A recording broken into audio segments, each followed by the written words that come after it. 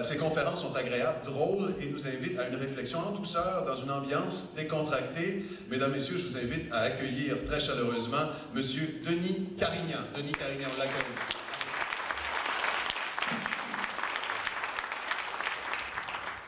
Bon matin tout le monde. Bon matin. Moi, ce matin, j'ai décidé de vous faire un petit extrait d'une conférence qui s'appelle « Comment traverser les difficultés avec énergie ». Donc, vous allez voir un peu le début de la conférence. Alors, comment traverser les difficultés avec énergie? Moi, je vais commencer avec une phrase qu'on va travailler pour essayer de sortir tous les éléments que je vais amener là-dedans. La phrase du début, c'est « Les nouveaux défis qui arrivent dans une entreprise, là, vos nouveaux défis amènent du stress et de l'épuisement. » Exemple. Vous venez de perdre votre plus gros client, 60% de votre chiffre d'affaires, ça met du stress et de l'épuisement. La veille de la livraison, tout le stock qui était dans l'entreprise, il y a eu l'irène qui est passé, un dégât d'eau, tout est scrap, les clients ne l'auront pas, la panique, ça met du stress et de l'épuisement.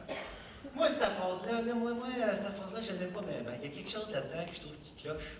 Puis pour trouver ce qui cloche, je vais vous conter une petite tranche de vie avec Denis Carignan. Une petite histoire qui m'est arrivée quand j'étais plus jeune. Quand j'avais 5 ans, on allait le dimanche après-midi voir ma grand-mère au 4 chemins. Moi, je viens de la Beauce, Saint-Georges-de-Beauce. C'était qu'on partait à Saint-Georges, on montait à Saint-Prosper, on allait voir Mémé le dimanche après-midi. Et là, il disait, allez jouer les jeunes. Là, comme dans la Beauce, on dit, allez jouer les jeunes. Les jeunes allaient jouer. Et là, ma tante s'installait en rond. Il faisait le grand championnat. Je vous dis, chaque dimanche après-midi, c'était le grand championnat des lamentations. Ça fait qu'une s'installe, elle commence. Ah! Vous savez pas ce qui m'est arrivé? Quoi? Je me suis commandé des beaux draps chez Sears. Et là, je les ai reçus, je les ai lavés, je les ai mis à la corde, le vent a pris, ça a été toutes les arbres, sont toutes brisées. Là, les autres, oh non, ça a été du bon sens. Fait que là, la deuxième championne se préparait. Ah! Vous savez pas ce qui m'est arrivé? Quoi? La comtesse, on trouve pas. On va parler plus fort. Avec la comtesse, on trouve. Il m'est arrivé, j'ai perdu mon micro pendant la présentation.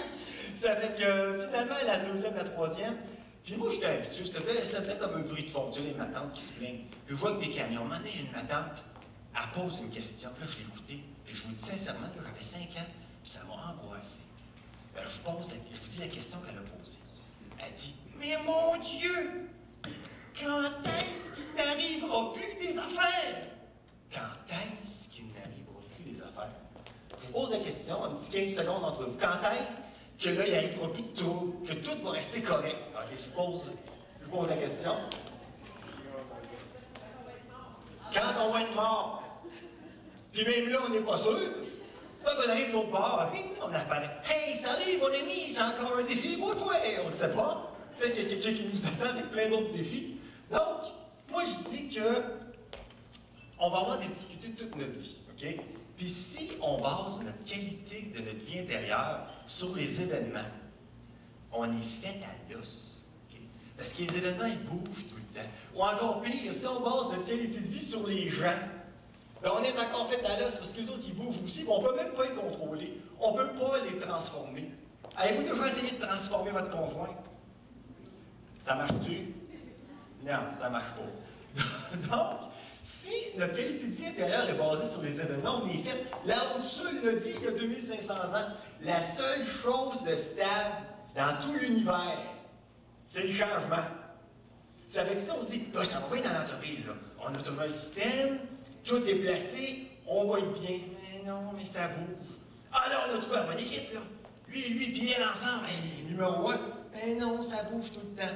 Donc, je me dis, si on suit là-dessus, on est fait. Donc, il y a une chose, c'est qu'on croit que c'est les événements qui ont un impact sur nous.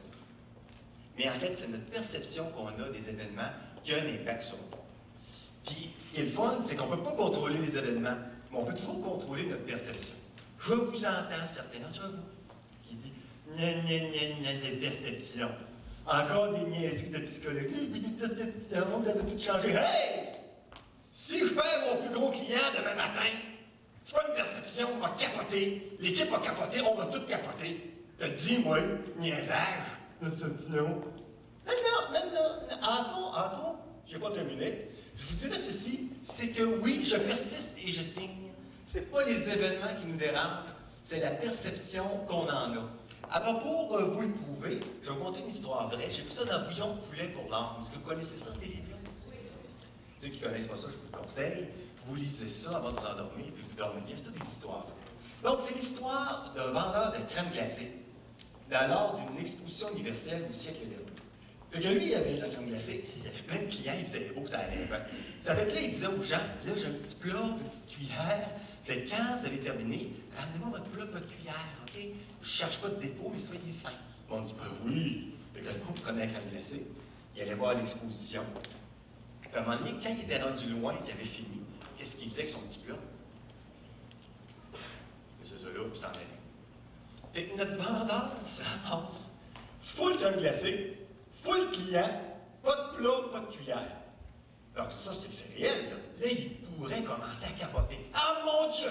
Les clients d'aujourd'hui n'ont aucune fidélité. C'est pas comme dans mon temps. Moi, j'ai été gentil avec eux autres, puis eux autres, ils n'ont aucune parole. Ah, je pourrais sacrer après le client pendant tellement longtemps que jusqu'à ce que toute ma crème glacée fonde et que ma ligne de clients s'évapore. Okay?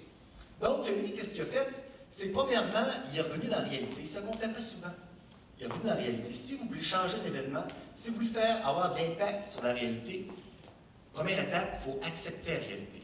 Bon, j'ai plein de clients, plein de crème glacée, pas de plat, pas de cuillère. Ça ne veut pas dire l'accepter puis subir. Revenir dans la réalité. Parce que pendant que je sac après client, je ne suis pas dans la réalité, là, je suis dans l'éther. Là, je reviens ici. Deuxièmement, qu'est-ce que je peux faire avec ça? Il a pris sur lui un peu. L'homme sans vie intérieure est victime des circonstances. Il arrive une bad luck, il va être malheureux. Il arrive quelque chose de fun, il est heureux, on va se promener de même. Si tu n'as pas de vie intérieure, on est un pantin, on est fit. Mais là, il a pris sur lui. Ça fait que là, il dit, bon, crème glacée, plein de clients avec de l'argent, ils attendent, pas de plat, pas de cuillère. Qu'est-ce que je peux faire avec ça?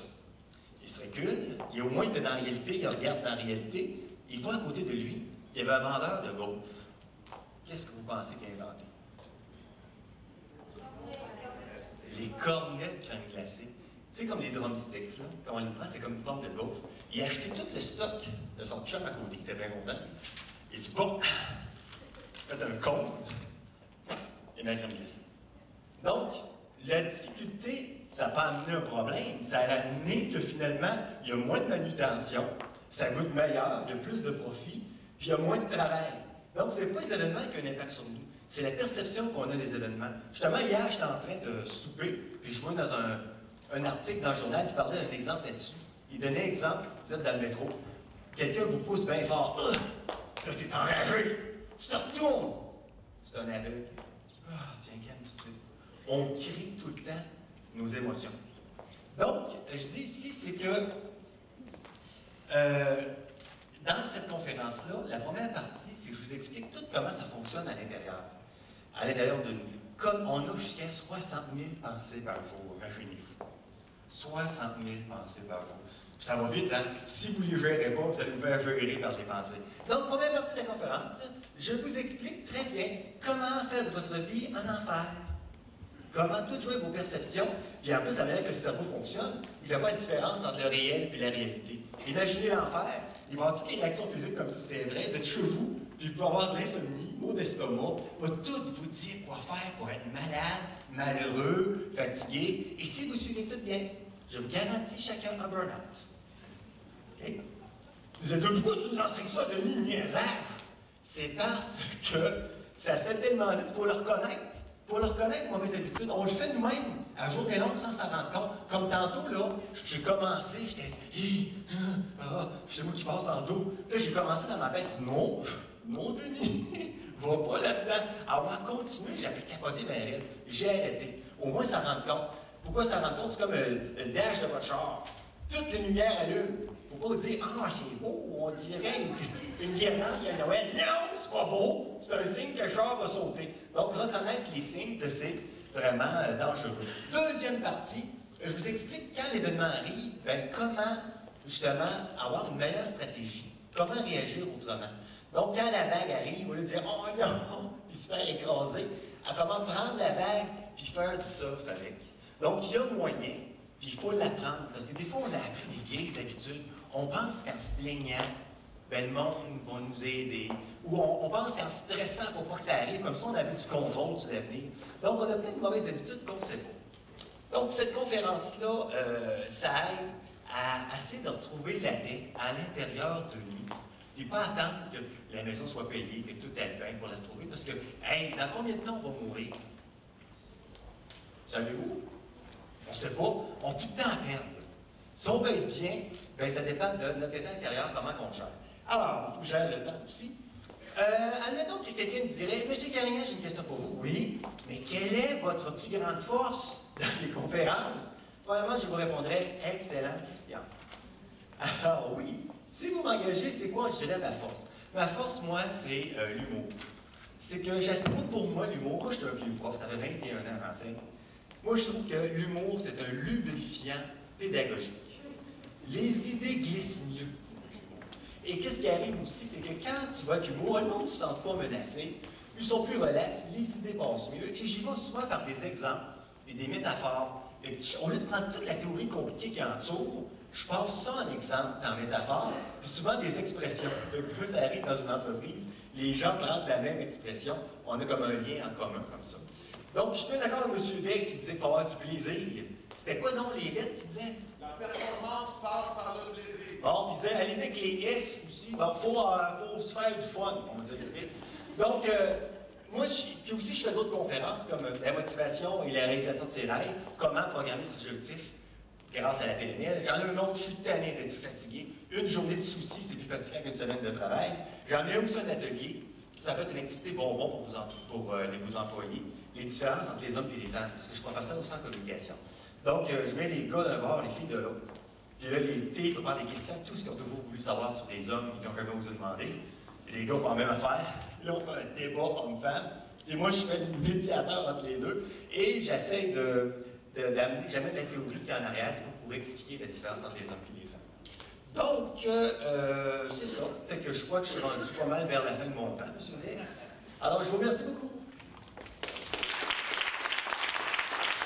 Merci beaucoup. Merci.